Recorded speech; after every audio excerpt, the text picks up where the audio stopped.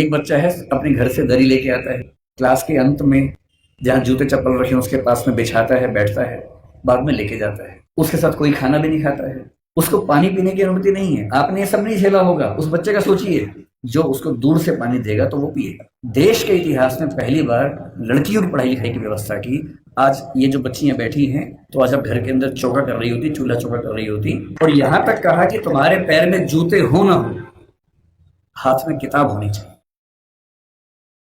मैं देखता हूँ कि हमारे समाज में बहुत लोग उनका विरोध करते हैं। उनको लगता है कि ये दलितों का नेता है, ये हिंदू धर्म के बहुत खिलाफ था, ये बहुत नाराज रहता था। लेकिन उन्होंने उन परिस्थितियों को, उस बैकग्राउंड को देखा नहीं जो आज मैं आपसे डिस्कस करूंगा। आपने सुना होगा जरूर, नहीं सुना तो आप सुन लीजिए और फिर तुलना कीजिए कि आज आप जहां हैं क्यों वहां हैं। अगर अंबेडकर साहब ना होते या ज्योतिबा फुले ना होते, उसके 500 साल पहले कबीरदास ना होते, उसके 2000 साल पहले बुद्ध ना होते, तो दरअसल हम वहां नहीं होते जहां जब बैठे। क्या उन्होंने क्या झेला अंबेडकर जी ने?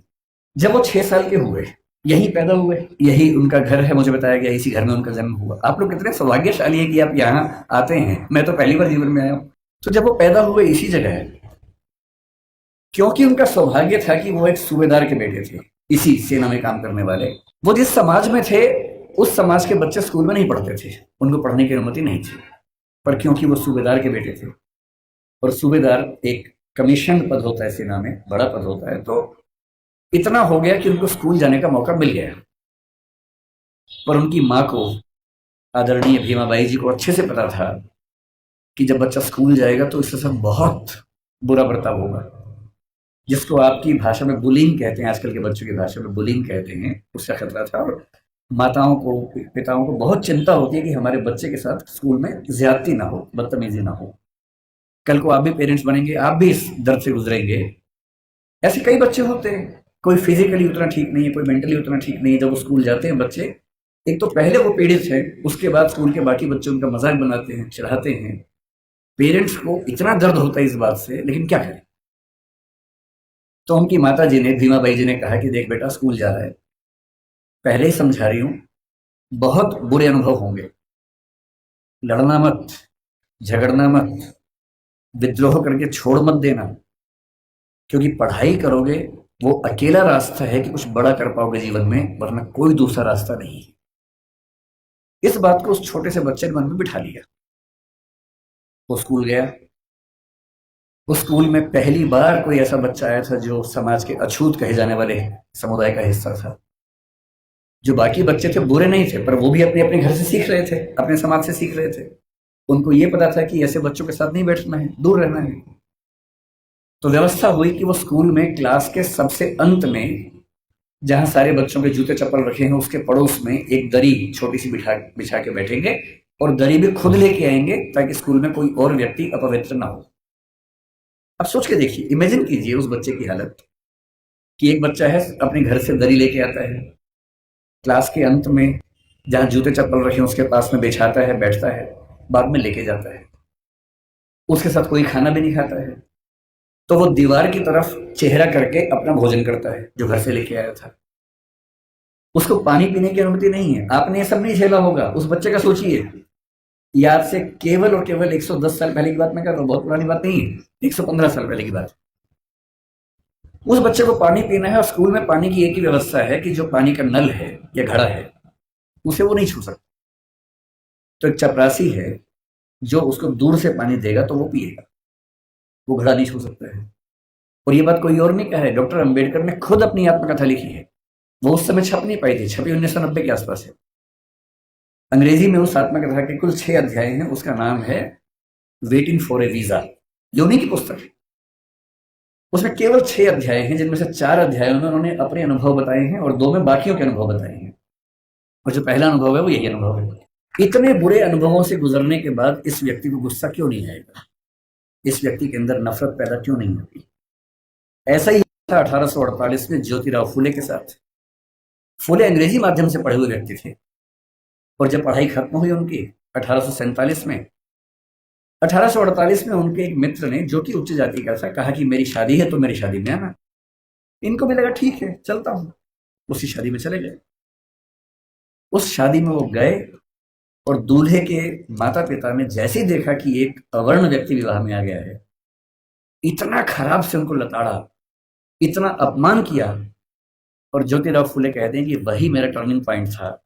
मुझे इस अपमान और इस जिल्लत से सिर्फ खुद को नहीं, अपने समाज के हर व्यक्ति को बाहर निकालना था।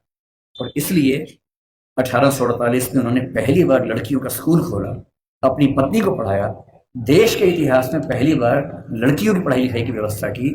आज ये जो बच्चियां बैठी हैं, अगर फुले न होते तो आज आप घर के अंदर चौका कर रही होती, चूल्हा चौका कर रही होती, यहाँ ना बैठी होती।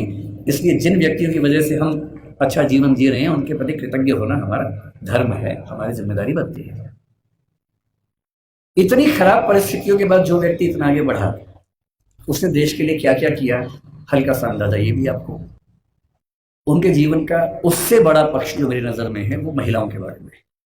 आपको अंदाजा नहीं होगा शायद, जब भारत का संविधान बना उन्होंने बहुत जिद की, और ये बात 1935-36 से ही शुरू हो गई थी, आजादी के बाद तक चलती रही, कि महिलाओं को बराबरी मिलनी चाहिए। और महिलाओं को बराबरी देने के लिए यूनिफॉर्म सिविल कोड का आना बहुत जरूरी था, जिसको आजकल हम बोलते हैं समान नागरिक संहिता।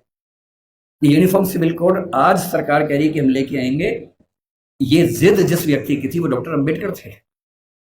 उनको पता था कि जब तक सामाजिक कानून सभी धर्मों में पुरुष और महिला के लिए बराबर नहीं होंगे, तब तक महिलाएं आगे नहीं बढ़ सकती हैं। और उन्होंने कहा था, मैं किसी समाज की प्रगति का अनुमान इस बात से करता हूं कि वहां महिलाओं की हालत कैसी। अगर महिलाएं पढ़ी लिखी नहीं है, वो घर के अंदर बंद है, तो समाज कैसे प्रगति करेगा। वो नेहरू जी से लड़ गए। जिस सरकार में वो कानून मंत्री थे, 1946 से 51 के बीच का जो दौर था, उन्होंने नेहरू जी से, जो प्रधानमंत्री थे, खूब झगड़ा किया कि यूनिफॉर्म सिविल कोड आप लेके आइए। उस समय नेहरू जी का मानना यह था कि 1951 के पहले आम चुनाव होने के बाद, जनता से विश्वास लेने के बाद मैं लेके आऊंगा। और अंबेडकर साहब ने नाराज होकर इस मुद्दे पर देश के कानून मंत्री के पद से इस्तीफा दिया और एक भाषण दिया, जिसमें कहा कि नेहरू जी ने अपने वायदे को निभाया नहीं है और महिलाओं की बराबरी के लिए जो प्रयास करना चाहिए वो प्रयास कर नहीं रहे। और फिर 1956 में उनकी मृत्यु होने से 1 साल पहले, 1.5 साल पहले, जो हिंदू कोड बिल था, Hindu code bill uniform civil code का एक बड़ा हिस्सा था जो हिंदू समाज के बारे में था, उसको 4 कानूनों के रूप में नेहरू जी ने पारित करवाया, जिसमें से एक हिंदू मैरिज एक्ट है, एक हिंदू सक्सेशन एक्ट है। और यदि आज हिंदू समाज की महिलाओं को वो सारे अधिकार मिल पाए हैं जो हिंदू पुरुषों को मिलते हैं, तो उसके पीछे जिम्मेदार सबसे बड़ा यदि कोई एक व्यक्ति है तो वो डॉक्टर अंबेडकर है। इसलिए भारत की महिलाओं को,